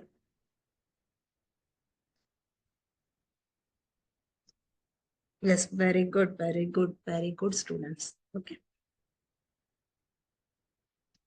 yes, okay, 1 2 3. ಯಾಕೆ 4 ಅಂತ ಹೇಳ್ತಾ ಇದ್ದೀರಾ? 4 ಇಲ್ಲ, ಅಲ್ಲಿ ಓನ್ಲಿ 3 ಟೈಮ್ಸ್. ಇಲ್ಲಿ ಎಷ್ಟು ಸಾರ್ತಿ ಇದು ಎಕ್ಸ್ ಅಕ್ಷವನ್ನ ನೋಡ್ರಿ, 1 2 3, ಓನ್ಲಿ 3 ಟೈಮ್ಸ್. ಇದೇನಾದ್ರೂ ಮತ್ತೆ ನಿಮ್ಗೆ ಹೀಗ್ ಬಂದು ಹೀಗ್ ಹೋಗಿದ್ರೆ ಮತ್ತೆ ಇದು 4 ಇದು 5 ಅಂತ ನಾವ್ ಹೇಳ್ತಿದ್ವಿ. ಆದ್ರೆ ಅವ್ರು ಕೊಟ್ಟಂತಹ ಗ್ರಾಫ್ ಅಲ್ಲಿ ಎಷ್ಟು ಸಾರ್ತಿ ಅದು ಎಕ್ಸ್ ಅಕ್ಷವನ್ನ ಟಚ್ ಮಾಡಿದೆ? Only 3 times. ರೈಟ್, ನೆಕ್ಸ್ಟ್ ನೋಡೋಣ. ಹಾಗಿದ್ರೆ ಈಗ ನಾವು ಒಂದು ಹೊಸ ಕಾನ್ಸೆಪ್ಟ್ ಅನ್ನ ಕಲಿಯೋಣ. ಅಂತಂದ್ರೆ ಇದು ಇಂಪಾರ್ಟೆಂಟ್. ಯಾಕಂತಂದ್ರೆ ನಮ್ಮ 10th ಅಲ್ಲಿ 2 ಅಂಕಗಳಿಗೆ ಬರುವಂತಹ ಪ್ರಶ್ನೆಗಳಲ್ಲಿ ಇದನ್ನೇ ಕೇಳ್ತಾರೆ. ಏನಂತ ಇದೆ ನೋಡೋಣ. ಇದಕ್ಕೆ ನಾವೇನಂತೀವಿ? ಬಹುಪದೋಕ್ತಿಯ ಶೂನ್ಯತೆಗಳು ಹಾಗೂ ಸಹಗುಣಕಗಳ ನಡುವಿನ ಸಂಬಂಧ ಅಂತ ಹೇಳ್ತೀವಿ. ನಿಮ್ಗೆ ಪ್ರಶ್ನೆ ಕೂಡ ಇದೇ ತರಹ ಕೊಡ್ತಾರೆ, ಬಹುಪದೋಕ್ತಿ ಮತ್ತು ಸಹಗುಣಕಗಳ ನಡುವಿನ ಸಂಬಂಧವನ್ನ ಕಂಡುಹಿಡಿಯಿರಿ ಅಂತಾನೆ ಕೊಡ್ತಾರೆ. ಏನಿದು ನೋಡೋಣ. ಅಲ್ಫಾ ಮತ್ತು ಬೀಟಾಗಳು ವರ್ಗ ಬಹುಪದೋಕ್ತಿ p of x a is equal to a x square plus b x plus c a is not equal to 0 ದ ಶೂನ್ಯತೆಗಳಾಗಿದ್ದರೆ ಎಕ್ಸ್ ಮೈನಸ್ ಅಲ್ಫಾ ಮತ್ತು ಎಕ್ಸ್ ಮೈನಸ್ ಬೀಟಾಗಳು ಪಿ ಆಫ್ ಎಕ್ಸ್ ಅಪವರ್ತನಗಳು ಆಗಿರುತ್ತೆ. ಏನಾದ್ರೂ ಅರ್ಥ ಆಯ್ತಾ ನಿಮ್ಗೆ? ಅಲ್ಫಾ ಅಂದ್ರೆ ಏನು, ಬೀಟಾ ಅಂದ್ರೆ ಏನು, ಮತ್ತೆ A is not equal to 0 ಯಾಕೆ ಕೊಟ್ಟಿದ್ದಾರೆ ನೋಡೋಣ. ಫಸ್ಟ್ ನಾನು ಇಲ್ಲಿ ಒಂದು ಕಂಡೀಷನ್ ಅನ್ನ ಕೊಟ್ಟಿದ್ದೀವಿ. ವರ್ಗ ಬಹುಪದೋಕ್ತಿ ಆಗ್ಬೇಕಾದ್ರೆ ಒಂದು ಕಂಡೀಷನ್ ಇದೆ. ಏನಂತ ನಾನು ಹೇಳಿದನೋ ಇಲ್ವೋ ಗೊತ್ತಿಲ್ಲ ನಿಮ್ಗೆ. A is not equal to 0 ಇರ್ಲೇಬೇಕು. ಯಾಕೆ? If a becomes 0 what will happen? A x square plus b x plus c, ಇದು ವರ್ಗ ಬಹುಪದೋಕ್ತಿ ಅಲ್ವಾ? ಎ 0 ಆಗಿರ್ಬಾರ್ದು. A is not equal to 0. If a becomes 0 what will happen? A ಏನಾದ್ರೂ 0 ಆದ್ರೆ ಏನಾಗತ್ತೆ? 0 into x square plus b x plus c ಆದ್ರೆ 0 into x square ಮಾಡಿದ್ರೆ 0ನೇ ಬರುತ್ತೆ. ನಿಮ್ಗೆ ಏನ್ ಉಳಿಯತ್ತೆ? ಬಿ ಎಕ್ಸ್ ಪ್ಲಸ್ ಸಿ ಅಂತ ಉಳಿಯುತ್ತೆ. ಬಿ ಎಕ್ಸ್ ಪ್ಲಸ್ ಸಿ ಅಂತ ಉಳಿದ್ರೆ ಮಕ್ಕಳೇ ಅದು ವರ್ಗ ಬಹುಪದೋಕ್ತಿ ಆಗತ್ತಾ? ಇಲ್ಲ ಅಲ್ವಾ? ಯಾಕೆ ಅಂತಂದ್ರೆ ನಮ್ಗೆ ಚರಾಕ್ಷರದ ಗರಿಷ್ಠ ಘಾತ 2 ಇರ್ಬೇಕು. 2 ಇದ್ದಾಗ ಅದನ್ನ ವರ್ಗ ಬಹುಪದೋಕ್ತಿ ಅಂತ ಹೇಳ್ತೀರಾ. ಇಲ್ಲಿ ನಮಗೆ ಚರಾಕ್ಷರದ ಗರಿಷ್ಠ ಘಾತ 1 ಅಂತ ಬಂತು. 1 ಅಂತ ಬಂದ್ರೆ ಅದು ಎಂತಹ ಬಹುಪದೋಕ್ತಿ? ಅದು ರೇಖಾತ್ಮಕ ಬಹುಪದೋಕ್ತಿ ಅಲ್ವಾ? ರೈಟ್, ಅದು ರೇಖಾತ್ಮಕ ಬಹುಪದೋಕ್ತಿ. ಹಾಗಿದ್ರೆ ನಾವು ಇಲ್ಲಿ ಕಂಡೀಷನ್ ಹೇಳ್ತೀವಿ ಏನಂತ? A is not equal to 0. A 0 ಆಗಿರ್ಬಾರ್ದು. ಬಿ 0 ಆದ್ರೆ ನಡೆಯುತ್ತೆ, ಆದ್ರೆ ಎ 0 ಆಗಿರ್ಲಿಬಾರ್ದು. ಓಕೆ, ನೆಕ್ಸ್ಟ್ ಇಲ್ಲಿ ಆಲ್ಫಾ ಮತ್ತು ಬೀಟಾಗಳು ವರ್ಗ ಬಹುಪದೋಕ್ತಿಯ ಶೂನ್ಯತೆಗಳು ಅಂತ ನಾವು ಹೇಳ್ತೀವಿ. ನಾವಾಗ್ಲೇ ನೋಡಿದ್ವಿ ಒಂದು ವರ್ಗ ಬಹುಪದೋಕ್ತಿಗೆ ಎಷ್ಟು ಶೂನ್ಯತೆಗಳಿರತ್ತೆ? 2 ಶೂನ್ಯತೆಗಳಿರತ್ತೆ. ಹೇಗೆ? ಒಂದು ಎಕ್ಸಾಂಪಲ್ ತಗೊಳ್ಳೋಣ, ನಿಮ್ಗೆ ಇನ್ನೂ ಕ್ಲಿಯರ್ ಆಗತ್ತೆ. ಓಕೆ, ಇನ್ನೂ ಕ್ಲಿಯರ್ ಆಗತ್ತೆ ನಿಮ್ಗೆ.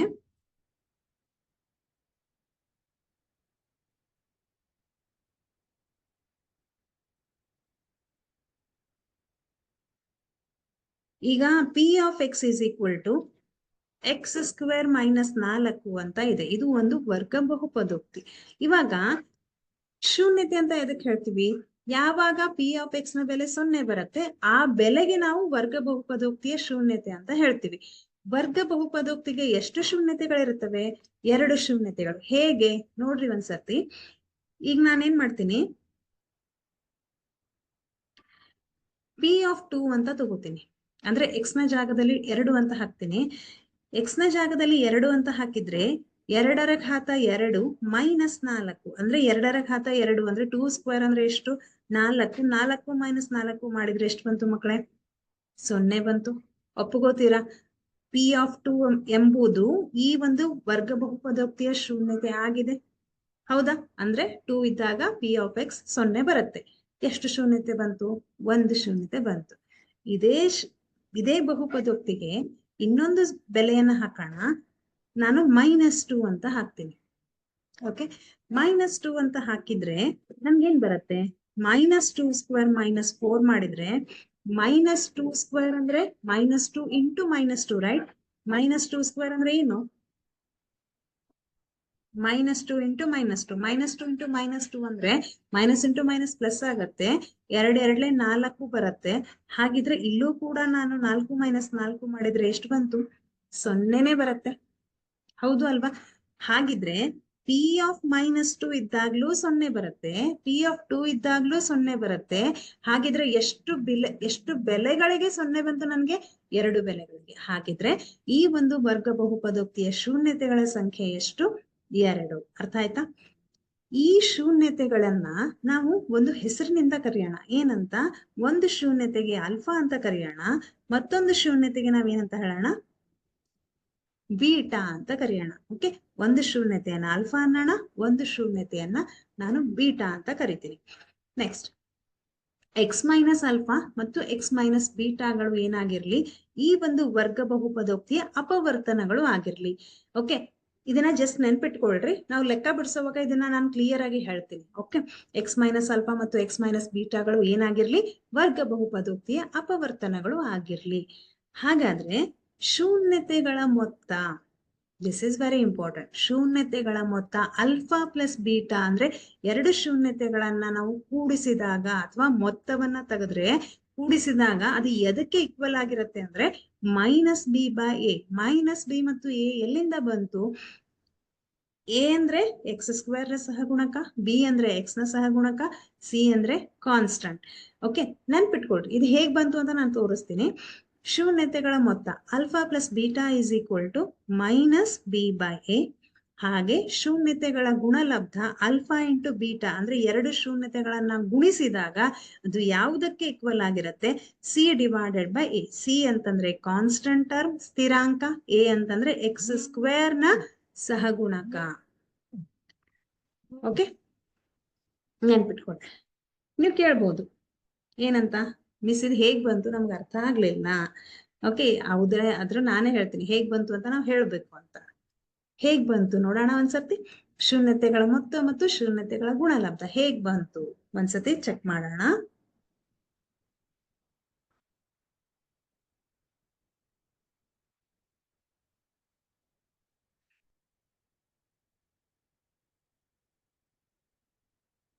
ಒಂದೇ ನಿಮಿಷ, 1 minute, please wait for minute. Okay, ಈಗ ನಾವು ವರ್ಗ ಬಹುಪದೋಕ್ತಿಗೆ 2 ಶೂನ್ಯತೆಗಳು ಅಂತ ಹೇಳಿದೆ. ಆಲ್ಫಾ ಮತ್ತು ಬೀಟಾಗಳು ಏನಾಗಿರ್ಲಿ, ವರ್ಗ ಬಹುಪದೋಕ್ತಿ p of X is equal to a x square, ಇದು ಬಹುಪದೋಕ್ತಿ, is equal to ax square plus bx plus c, where a is not equal to 0. ದ ಶೂನ್ಯತೆಗಳಾಗಿದ್ದರೆ x ಮೈನಸ್ ಆಲ್ಫಾ ಮತ್ತು x ಮೈನಸ್ ಬೀಟಾಗಳು ಏನಿವು? ಪಿ ಆಫ್ ಎಕ್ಸ್ ಅಂದ್ರೆ ಬಹುಪದೋಕ್ತಿಯ ಅಪವರ್ತನಗಳು. ನೆನ್ಪಿಟ್ಕೊಳ್ರಿ ಇದನ್ನ.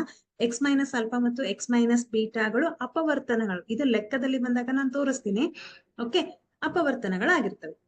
ಈಗ ನಾವೇನ್ ಮಾಡೋಣ? ax square plus bx plus c ಅಂತಂದ್ರೆ ಇದು ವರ್ಗ ಬಹುಪದೋಕ್ತಿ. ಅದ್ರ ಸಾಮಾನ್ಯ ರೂಪವನ್ನ ಬರ್ಕೊಳ್ಳೋಣ. ಎಕ್ಸ್ ಮೈನಸ್ ಆಲ್ಫಾ ಮತ್ತು ಎಕ್ಸ್ ಮೈನಸ್ ಬೀಟಾಗಳನ್ನ ಅಪವರ್ತನಗಳು ಅಂತ ಹೇಳಿದೀವಿ. ಅದನ್ನು ಕೂಡ ಬರ್ಕೊಳ್ಳೋಣ. ಈ 2 ಅಪವರ್ತನಗಳಿಗೆ k ಅನ್ನುವಂತಹ ಒಂದು ಸ್ಥಿರಾಂಕದಿಂದ ಗುಣಿಸೋಣ. ಅರ್ಥ ಆಗ್ತಿದ್ರೆ ನಾನು ಏನ್ ಹೇಳ್ತಿದ್ದೇನೆ ಅಂತ? ಅಥವಾ ನಿಮ್ಗೆ ಇನ್ನೂ ಸಿಂಪಲ್ ಆಗಿ ಹೇಳ್ಬೇಕಾದ್ರೆ, ಒಂದೇ ನಿಮಿಷ.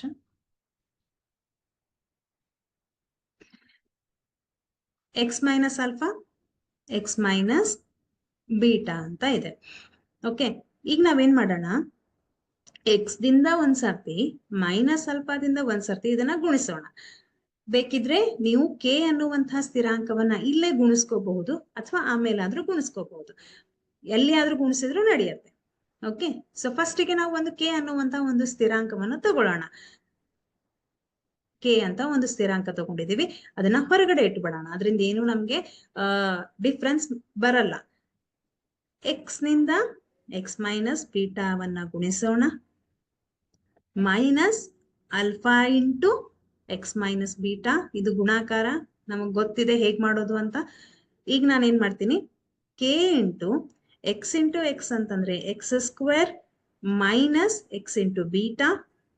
ರೈಟ್, ಕರೆಕ್ಟ್ ಆಗಿ ನೋಡ್ರಿ, ಕನ್ಫ್ಯೂಸ್ ಮಾಡ್ಕೋಬೇಡ್ರಿ. ಇಲ್ಲಿ minus alpha into x, minus into minus b plus ಬರುತ್ತೆ, ಆಲ್ಫಾ ಇಂಟು ಬೀಟಾ.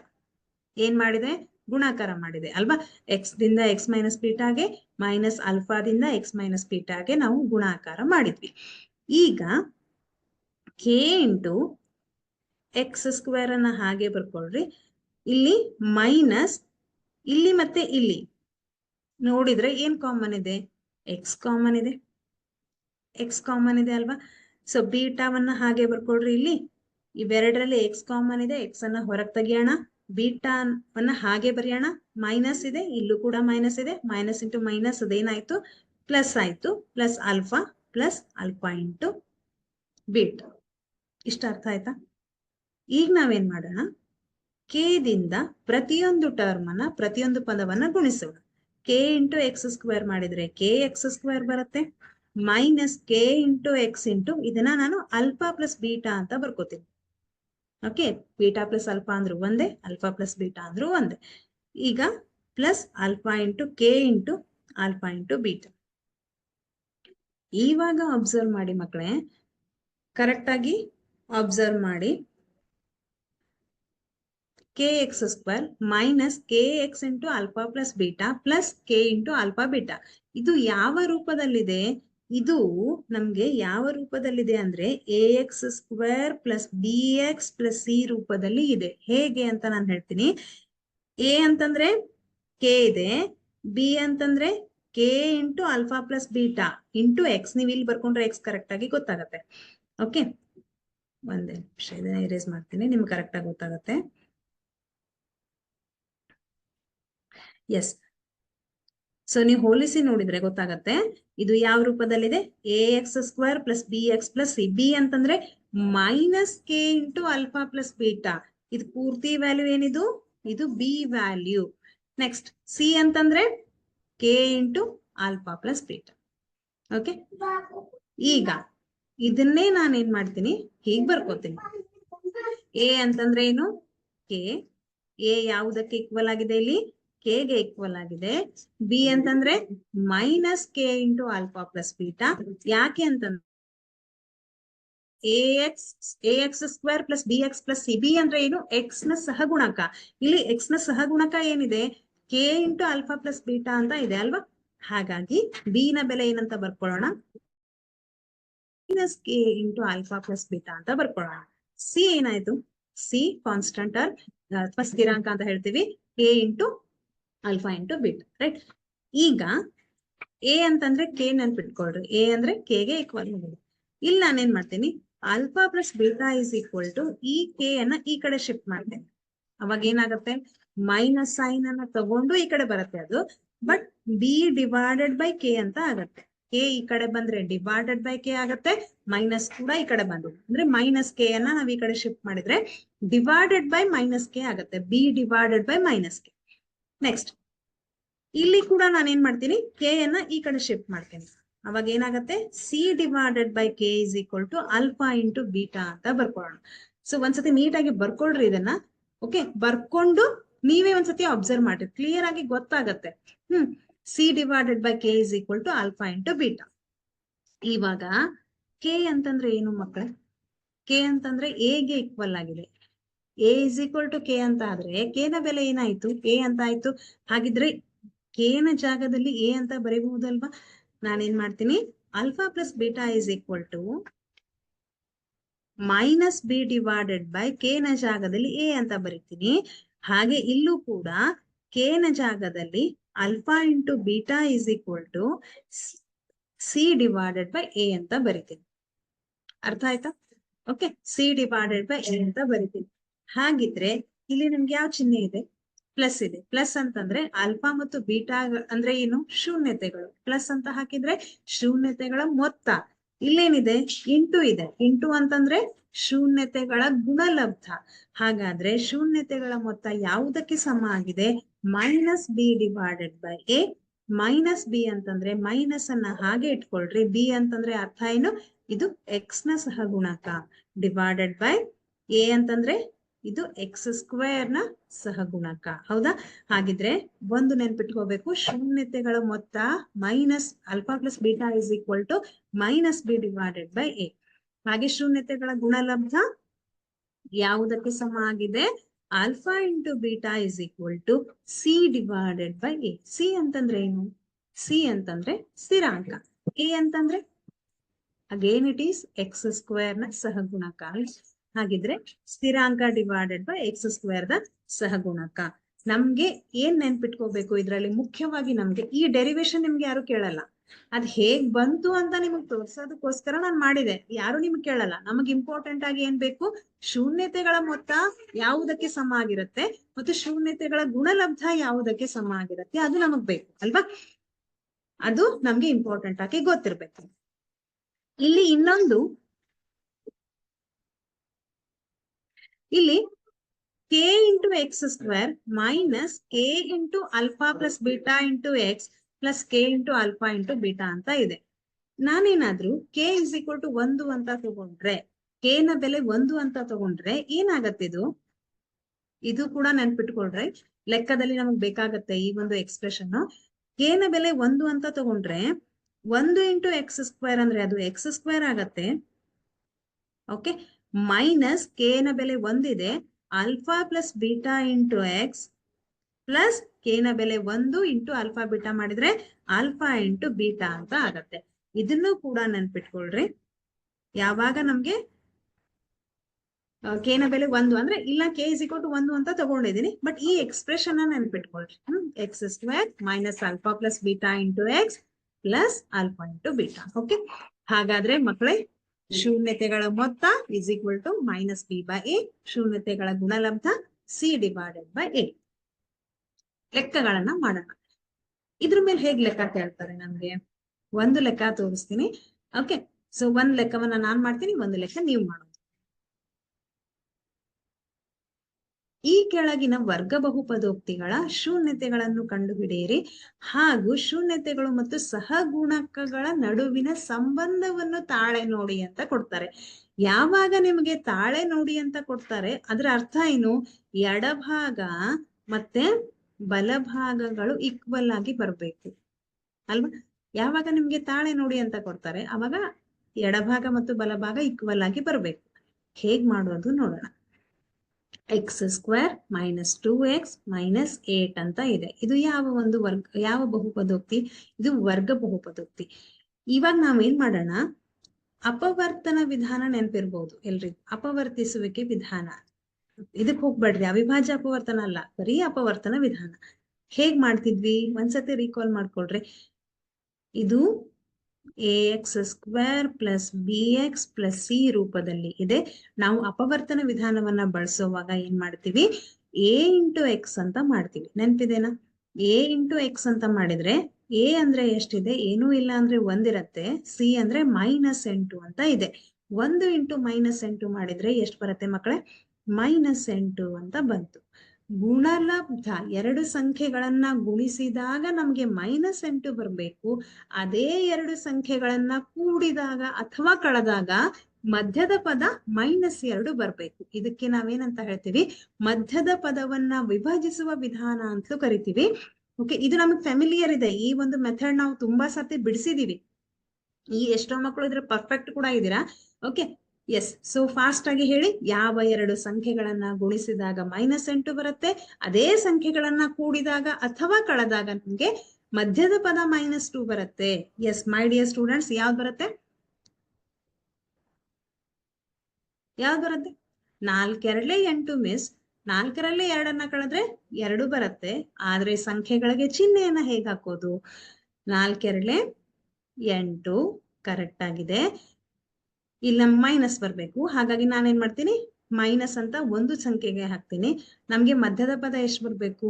2 ಬರ್ಬೇಕು. 4ರಲ್ಲಿ 2 ಕಳಿಬೇಕು. ಈಗಾಗ್ಲೇ ನಾನು ದೊಡ್ಡ ಸಂಖ್ಯೆಗೆ ಮೈನಸ್ ಅಂತ ಹಾಕಿದ್ದೆ. ಯಾಕೆ ಹಾಕಿದೆ? ಇಲ್ಲಿ ಮೈನಸ್ ಚಿಹ್ನೆ ಇದೆ. ಸೊ ದೊಡ್ಡ ಸಂಖ್ಯೆಯ ಚಿಹ್ನೆ ಯಾವ್ದಿರತ್ತೆ ಅದೇ ಚಿಹ್ನೆ ಅಲ್ಲಿ ಬರುತ್ತೆ. ಅದ್ ನಮಗ್ ಗೊತ್ತಿದೆ ಅಲ್ವಾ?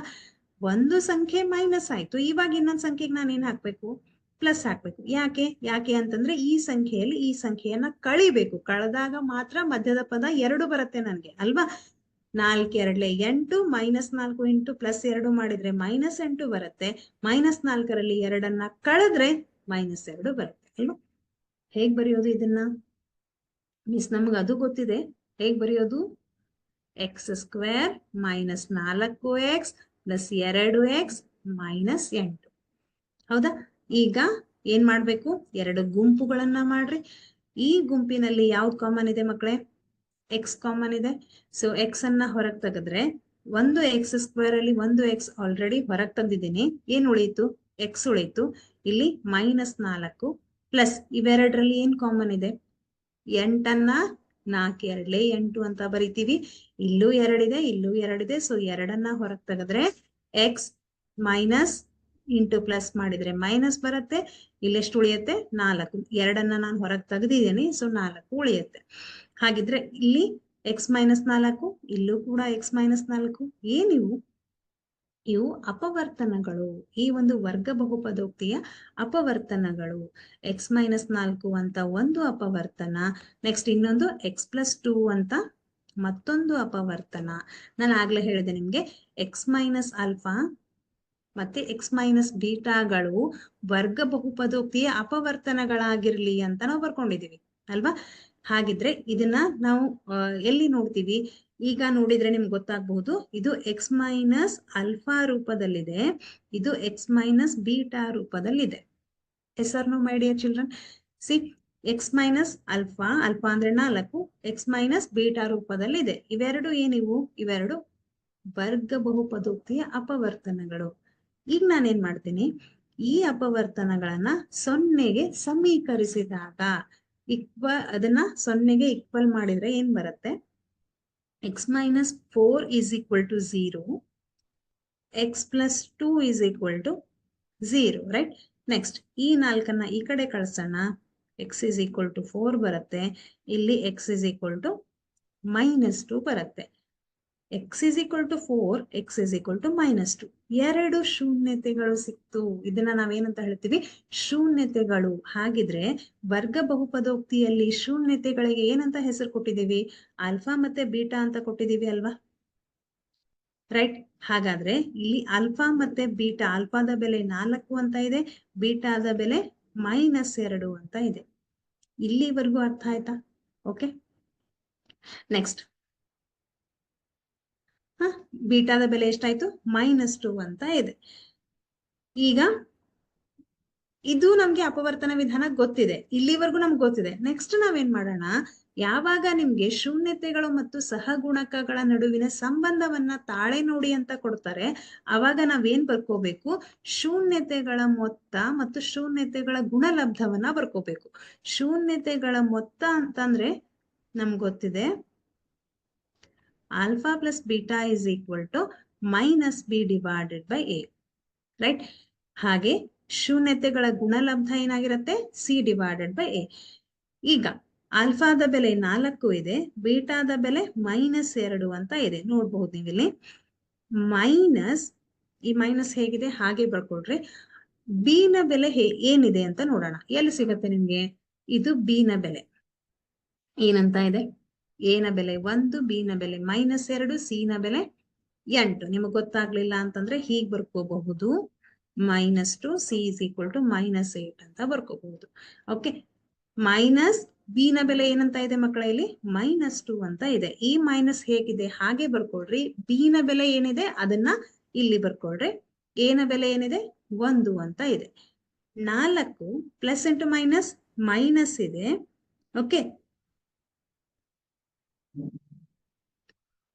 4 ಪ್ಲಸ್ ಇಂಟು ಮೈನಸ್ ಮೈನಸ್ 2, ಇಲ್ಲಿ minus into minus plus 2 divided by 1 ಅಂತಂದ್ರೆ 2 ಬರುತ್ತೆ. 4ರಲ್ಲಿ 2 ಕಳೆದ್ರೆ 2, ಇಲ್ಲೂ ಕೂಡ 2. ಏನಾಯ್ತು? LHS is equal to RHS. 2 ಬೆಲೆಗಳು ಸಮ ಬಂತು, ತಾಳೆ ನೋಡಿದಂಗಾಯ್ತು ಅಲ್ವಾ?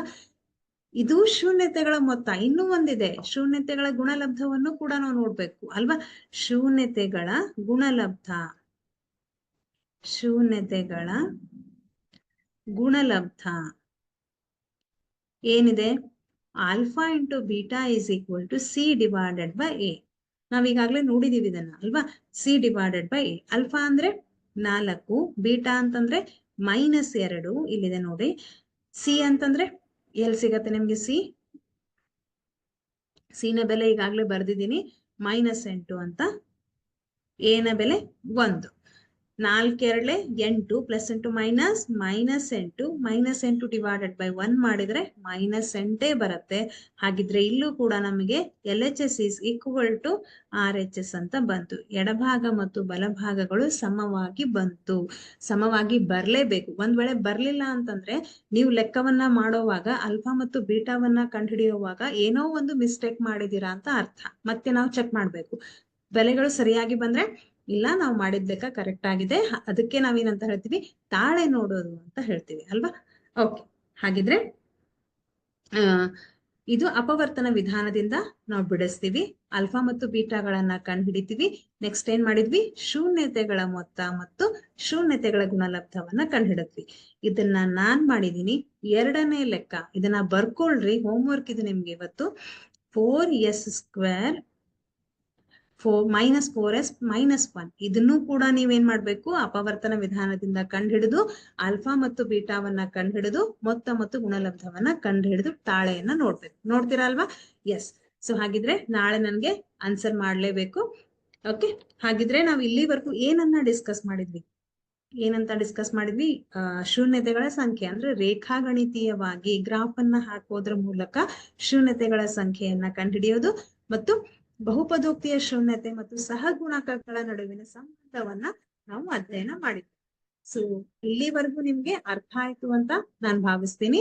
ಹೋಮ್ವರ್ಕ್ ಅನ್ನ ಕಂಪಲ್ಸರಿ ಎಲ್ರು ಮಾಡ್ಲೇಬೇಕು. ಓಕೆ, ಹಾಗಿದ್ರೆ ಇಲ್ಲಿಗೆ ಸ್ಟಾಪ್ ಮಾಡೋಣ. ಹೇಗಿತ್ತು ಅಂತ ನನ್ಗೆ ಕಮೆಂಟ್ ಮಾಡ್ರಿ. ಓಕೆ, ಸೊ ಚೆನ್ನಾಗಿ ಸ್ಟಡಿ ಮಾಡ್ರಿ. All the very best. Thank you so much.